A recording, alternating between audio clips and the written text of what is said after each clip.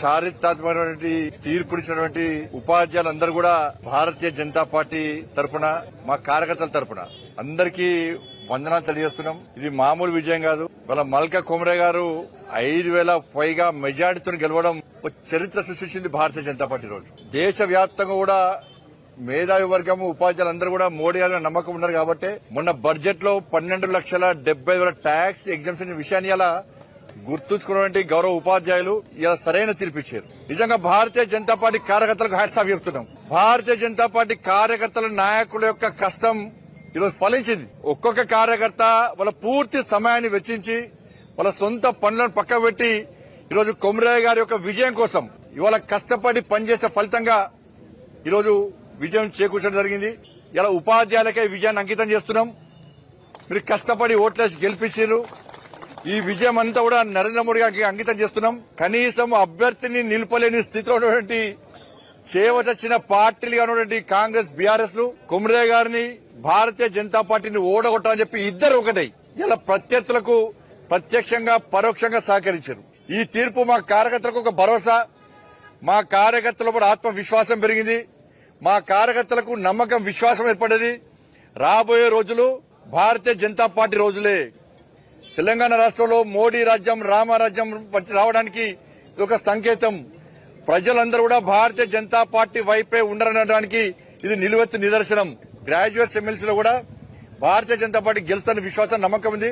ఇలా బీసీ కులగన పేరుతోని ఒక వర్గానికి కొమ్ముగాల్సింది కాంగ్రెస్ పార్టీ. ఇలా మీరు నమ్మరు, ఎలక్షన్స్ రోజు పోలింగ్ రోజు కాంగ్రెస్ పార్టీ ఎట్లా చేసిందంటే ఒక వర్గం ఓట్ల కోసం ఆ వర్గానికి సంబంధించిన వ్యక్తిని విత్డ్రా చేసినట్టు చేయించి సోషల్ మీడియా ద్వారా మైనార్టీలందరూ ఒక్కటి కావాలి, భారతీయ జనతా పార్టీ అభ్యర్థులను ఓడించాలని చెప్పి సోషల్ మీడియా ద్వారా తప్పుడు ప్రచారం చేసింది. ఇవాళ బీసీలను, ముస్లింలను బీసీలో చేర్స్తాం, కులగరం అది కరెక్ట్ అని విర్రవీన కాంగ్రెస్ పార్టీకి ఇలా టీచర్స్ ఇలా సరైన గుణపాఠం చెప్పారు.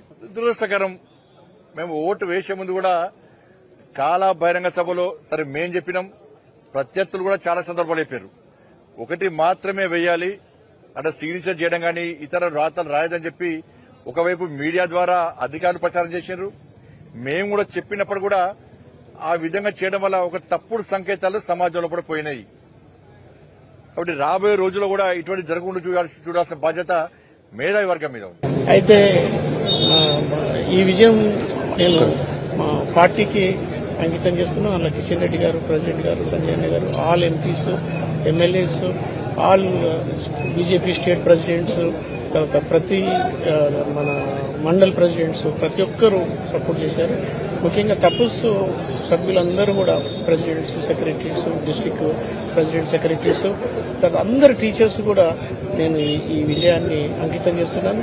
తర్వాత నేను కంటిన్యూస్ గా టీచర్స్ సమస్యల పట్ల పోరాడతా నేను తర్వాత మా బీజేపీ పార్టీ తర్వాత తపస్సు సపోర్ట్ తీసుకొని టీచర్స్ వెంటనే ఉంటారని కోరుకుంటూ ఈ విజయం ఇంకా ప్రతి ఒక్కరికి నాకు గెలిపించిన ప్రతి ఒక్కరికి నేను నమస్కరిస్తున్నాను. అన్న సంజయ్ అన్న ఒకటే మాట అన్నాడు, ఉపాధ్యాయ సమస్యలపైన పోరాడేటువంటి ఎటువంటి రాజకీయ సంబంధం లేనటువంటి సంఘం ఏదైనా ఉందంటే అది తపస్సు. ధన్యవాదాలన్న. ఆ తపస్సుకు సంబంధించినటువంటి ఉపాధ్యాయ సమస్యలు గౌరవ ఎమ్మెల్సీ కొమరయ్య ద్వారా ఖచ్చితంగా సాధించేటువంటిది. అదేవిధంగా బీజేపీ మద్దతు అనేటువంటిది సమస్యలు ఉన్నప్పుడు బీజేపీ ఉంటది కాబట్టి మేము అదే మద్దతు ఇచ్చినాం. కాబట్టి ఖచ్చితంగా కొమరయ్య ద్వారా ఉపాధ్యాయ సమస్యలు అనేకం ఉన్నాయి. 317 ఉండొచ్చు, పీఆర్సీ ఉండొచ్చు, డిఏ ఉండొచ్చు, ఇంకా రకరకాలైనటువంటి సమస్యలు ఉన్నాయి. పెండింగ్ బిల్స్ కూడా ఉన్నాయి, ప్రమోషన్స్ ఉన్నాయి, అనేక సమస్యలు ఉన్నాయి, అనేక యొక్క మేనేజ్మెంట్స్ ఉన్నాయి. వీటినన్నిటినీ క్షుణ్ణంగా అధ్యయనం చేసి పరిశీలించి ఆ తర్వాత శాసన మండలిలో చర్చించి ఒక విద్యలో ఒక మార్పు తీసుకురావడానికి ప్రయత్నం చేస్తున్నటువంటి పూర్తి విశ్వాసం కొమరయ్య సార్ మీద ఉంది. అదేగా బీజేపీ పార్టీ మీద కూడా ఉంది. కాబట్టి మరి మీ అందరూ కూడా మరొకసారి రాష్ట్ర శాఖ తరఫున ధన్యవాదాలు. జై హింద్, భారత్ మాతాకి జై.